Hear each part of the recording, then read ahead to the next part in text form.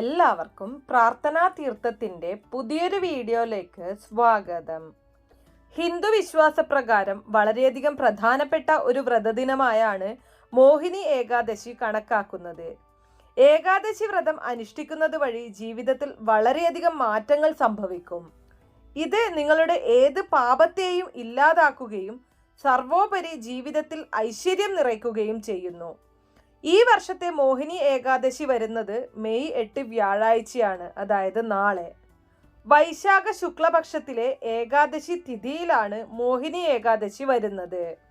ഇന്നത്തെ വീഡിയോയിൽ ഞാൻ പറയാൻ പോകുന്നത് മോഹിനി ഏകാദശിയെ കുറിച്ചും അന്നേ ദിവസം ചെയ്യേണ്ടതും ചെയ്യാൻ പാടില്ലാത്തതുമായിട്ടുള്ള കാര്യങ്ങളെ കുറിച്ചുമാണ്.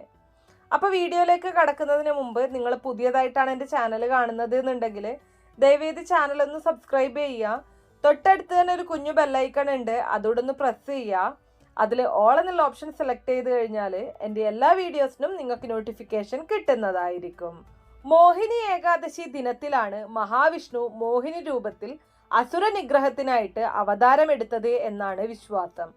അതുകൊണ്ട് തന്നെ ഈ ദിനത്തിൽ പ്രാർത്ഥനയും വ്രതവും എടുത്താൽ അത് നിങ്ങളുടെ ജീവിതത്തിലെ എല്ലാ ദോഷങ്ങളെയും ഇല്ലാതാക്കും എന്നാണ് പറയുന്നത്.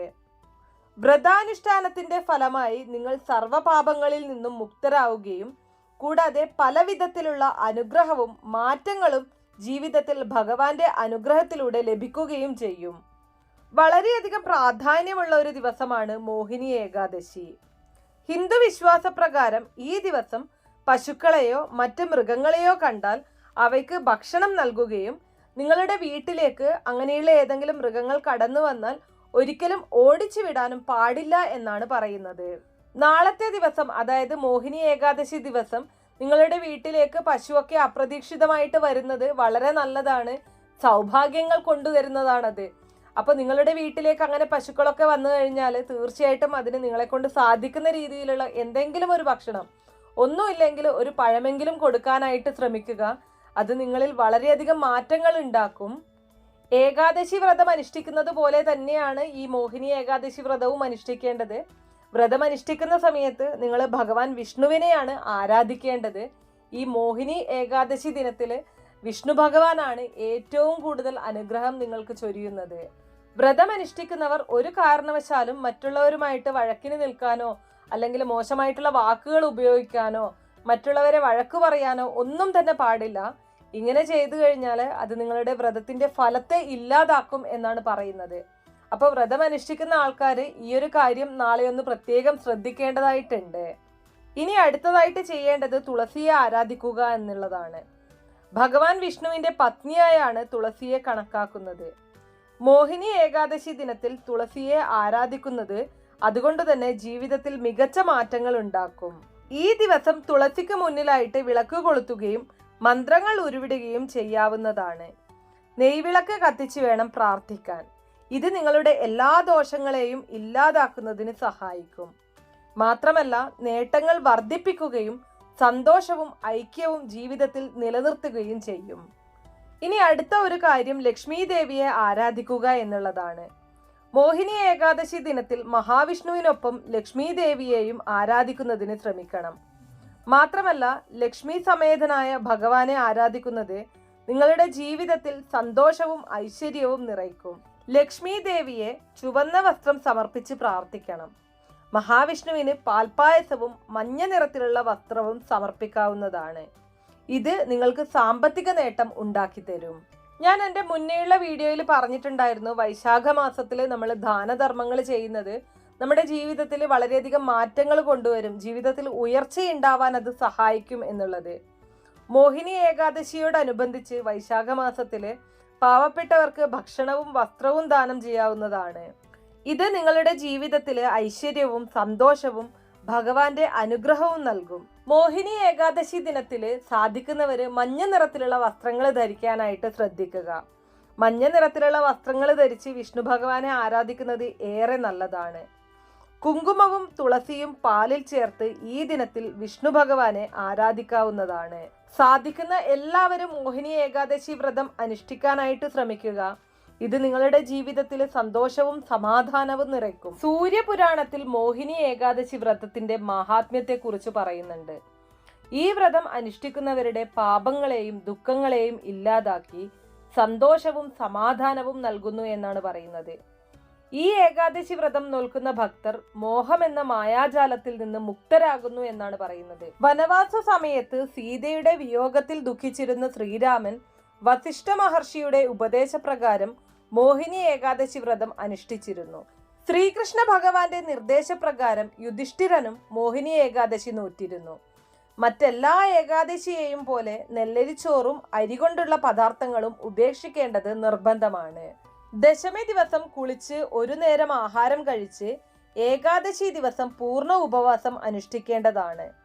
പൂർണ്ണ ഉപവാസം സാധ്യമല്ലാത്തവർക്ക്, അതായത് ആരോഗ്യ പ്രശ്നങ്ങൾ ഉള്ളവരാണ് എന്നുണ്ടെങ്കിൽ ആരോഗ്യത്തിന് മുൻഗണന കൊടുക്കേണ്ടതായിട്ടുണ്ട്. അങ്ങനെയുള്ളവർക്ക് പാലും പഴങ്ങളും കഴിക്കാവുന്നതാണ്. പിറ്റേ ദിവസം വിഷ്ണു ക്ഷേത്രത്തിൽ പോയി പ്രാർത്ഥിച്ച് വ്രതം അവസാനിപ്പിക്കാവുന്നതാണ്. മോഹിനി ഏകാദശി ദിവസം തുളസി ഇലകളാൽ വിഷ്ണു ഭഗവാന് അർച്ചന നടത്തുന്നത് വളരെ നല്ലതാണ്. ഇനി ഏകാദശി വ്രത കാലയളവിലെ ഏറ്റവും പ്രധാനപ്പെട്ട മുഹൂർത്തമാണ് ഹരിവാസര സമയം. ഏകാദശിയുടെ ഒടുവിലത്തെ 15 നാഴികയും ദ്വാദശിയുടെ ആദ്യത്തെ 15 നാഴികയും കൂടിയ 30 നാഴിക, അതായത് 12 മണിക്കൂർ സമയമാണിത്. ഈ സമയത്ത് അഖണ്ഡ നാമജപം ചെയ്യുന്നത് ഏറ്റവും ഗുണകരമാണെന്ന് വിശ്വാസമുണ്ട്. ഭഗവത് സാന്നിധ്യം ഏറ്റവും കൂടുതലായുള്ള ഹരിവാസര സമയത്ത് പൂർണ്ണ ഉപവാസം അനുഷ്ഠിക്കുന്നത് അത്യുത്തമമാണ്. 2025 മെയ് 8 ഉദയാൽ പൂർവം 5:57 മുതൽ 7:06 വരെയാണ് ഹരിവാസര സമയം. ഇനി ഇതിന്റെ ഡേറ്റും സമയങ്ങളും ഒന്നുകൂടൊന്ന് പറയാം. മോഹിനി ഏകാദശി 2025 മെയ് 8 വ്യാഴാഴ്ചയാണ് വരുന്നത്. പാരണ സമയം മെയ് 9 രാവിലെ 6:02 മുതൽ രാവിലെ 8:40 വരെയാണ്. പാരണ ദിവസം ദ്വാദശി അവസാന നിമിഷം വരുന്നത് 2:56 ആണ്, 2:56 ഉച്ചയ്ക്ക്. ഏകാദശി തിഥി ആരംഭിക്കുന്നത് 2025 മെയ് 7 രാവിലെ 10:19 ഏകാദശി തിഥി അവസാനിക്കുന്നത് 2025 മെയ് 8 ഉച്ചയ്ക്ക് 12:19 മോഹിനി ഏകാദശി വ്രതം പൂർണ്ണ സമർപ്പണത്തോടെ ആചരിക്കുമ്പോൾ തീർത്ഥാടന സ്ഥലങ്ങളിലേക്ക് യാത്ര ചെയ്താലും പുണ്യകർമ്മങ്ങൾ ചെയ്താലും നേടാൻ കഴിയാത്തത്ര വലിയ പുണ്യം ലഭിക്കുമെന്നാണ് പറയുന്നത്. ഈ ദിവസം വ്രതം അനുഷ്ഠിക്കുന്നവർക്ക് പുറമെ വീട്ടിലുള്ള എല്ലാവരും മത്സ്യമാംസാദികൾ ഒഴിവാക്കുന്നത് വളരെ നല്ലതാണ്. മത്സ്യമാംസങ്ങളൊന്നും തന്നെ അന്നേ ദിവസം വീട്ടിൽ കുക്ക് ചെയ്യാതിരിക്കുക. ഉള്ളി, വെളുത്തുള്ളി പോലുള്ള ഭക്ഷണ പദാർത്ഥങ്ങളും കഴിക്കാതിരിക്കുന്നതും ഉത്തമമാണ്. ഇനി മോഹിനി ഏകാദശിയുമായി ബന്ധപ്പെട്ട ഒരു ഐതിഹ്യ കഥ കൂടി ഒന്ന് പറയാം. മോഹിനി ഏകാദശി വ്രതകഥ ആരംഭിക്കുന്നത് സരസ്വതി നദിയുടെ തീരത്തുള്ള ഭദ്രാവതി രാജ്യത്തിലാണ്. ഭദ്രാവതി രാജ്യം ഭരിച്ചിരുന്ന ധൃതിമാൻ രാജാവിന് സുമന, സദ്ബുദ്ധി, മേധാവി, സുകൃതി, ദൃഷ്ടബുദ്ധി എന്നിങ്ങനെ 5 പുത്രന്മാരുണ്ടായി. 5 പേരിൽ നിന്നും ദൃഷ്ടബുദ്ധി തെറ്റായ പ്രവർത്തികൾ ചെയ്യുകയും സ്ത്രീകളെ അപമാനിക്കുകയും ചെയ്തിരുന്നു. ചൂതാട്ടക്കാരനും മദ്യം കഴിക്കുന്നതിൽ ആനന്ദം കണ്ടെത്തിയിരുന്ന ആളുമായിരുന്നു അദ്ദേഹം. അദ്ദേഹത്തിന്റെ പിതാവ് രാജാവ് ധൃതിമാൻ അദ്ദേഹത്തിൽ സന്തുഷ്ടനായിരുന്നില്ല. അദ്ദേഹം ദൃഷ്ടബുദ്ധിയോട് രാജ്യം വിടാൻ ആവശ്യപ്പെട്ടു. തുടക്കത്തിൽ അദ്ദേഹം തന്റെ ആഭരണങ്ങളും രാജകീയ വസ്തുക്കളും വിറ്റ് ജീവിച്ചു. പക്ഷേ പിന്നീട് കവർച്ചയ്ക്ക് തീരുമാനിച്ചു. തെറ്റായ പ്രവർത്തികൾ കാരണം രാജാവ് ധൃതിമാൻ അദ്ദേഹത്തെ തടവിലാക്കി ഭദ്രാവതിയുടെ അതിർത്തിയിൽ നിന്നും പുറത്താക്കി. കാട്ടിൽ താമസിക്കാൻ തുടങ്ങിയ അദ്ദേഹം പക്ഷികളെയും മറ്റ് ജീവികളെയും കൊന്ന് അതിജീവിച്ചു. ശേഷം ഒരു മുനിയുടെ ആശ്രമത്തിൽ എത്തിയതോടെ അദ്ദേഹത്തിന്റെ ജീവിതം നല്ല വഴിത്തിരിവായി. ദിവ്യമുനി ഗംഗാനദിയിൽ കുളിക്കുകയായിരുന്നു. അബദ്ധത്തിൽ അദ്ദേഹത്തിന്റെ വസ്ത്രത്തിൽ നിന്ന് ഏതാനും തുള്ളി വെള്ളം ദൃഷ്ടബുദ്ധിയുടെ മേൽ തെറിച്ചു വീണു. അതുമൂലം അത്ഭുതകരമായി അദ്ദേഹം തന്റെ തെറ്റായ പ്രവർത്തികൾ മനസ്സിലാക്കി മോക്ഷം നേടാൻ വഴികാട്ടാൻ മുനിയോട് അഭ്യർത്ഥിച്ചു.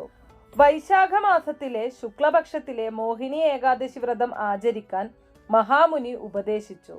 ദൃഷ്ടബുദ്ധി മോഹിനി ഏകാദശി വ്രതം അനുഷ്ഠിക്കുകയും ജനന മരണ ചക്രത്തിൽ നിന്ന് മുക്തി നേടുകയും ചെയ്തു. മോഹിനി ഏകാദശി വ്രതം അനുഷ്ഠിക്കുന്ന ഏതൊരാളും ഭഗവാൻ വിഷ്ണുവിന്റെ വാസസ്ഥലമായ വൈകുണ്ഠത്തിൽ എത്തിച്ചേരുമെന്നാണ് വിശ്വസിക്കപ്പെടുന്നത്. അപ്പൊ സാധിക്കുന്ന എല്ലാവരും തന്നെ മോഹിനി ഏകാദശി വ്രതം അനുഷ്ഠിക്കാനായിട്ട് ശ്രമിക്കുക. ഈ ജന്മത്തിലെ മാത്രമല്ല മുൻജന്മ പാപങ്ങളും കൂടെ ഇല്ലാതാക്കാൻ ഈ ഒരു വ്രതം അനുഷ്ഠിക്കുന്നതിലൂടെ സാധിക്കും. അപ്പൊ ഇത്രയുള്ള ഇന്നത്തെ വീഡിയോ കുറച്ചു പേർക്കെങ്കിലും ഉപകാരപ്രദമായി കാണും എന്ന് വിശ്വസിക്കുന്നു. വീഡിയോ ഇഷ്ടമാണെങ്കിൽ ലൈക്ക് ചെയ്യാനും ഷെയർ ചെയ്ത് മറ്റുള്ളവരിലേക്ക് എത്തിക്കാനും മറക്കരുത്. നിങ്ങൾക്ക് ഏതെങ്കിലും തരത്തിലുള്ള സംശയങ്ങളോ അഭിപ്രായങ്ങളോ നിർദ്ദേശങ്ങളോ ഉണ്ടെങ്കിൽ കമൻറ്റ് ബോക്സ് വഴി ഇൻഫോം ചെയ്യാവുന്നതാണ്. നന്ദി.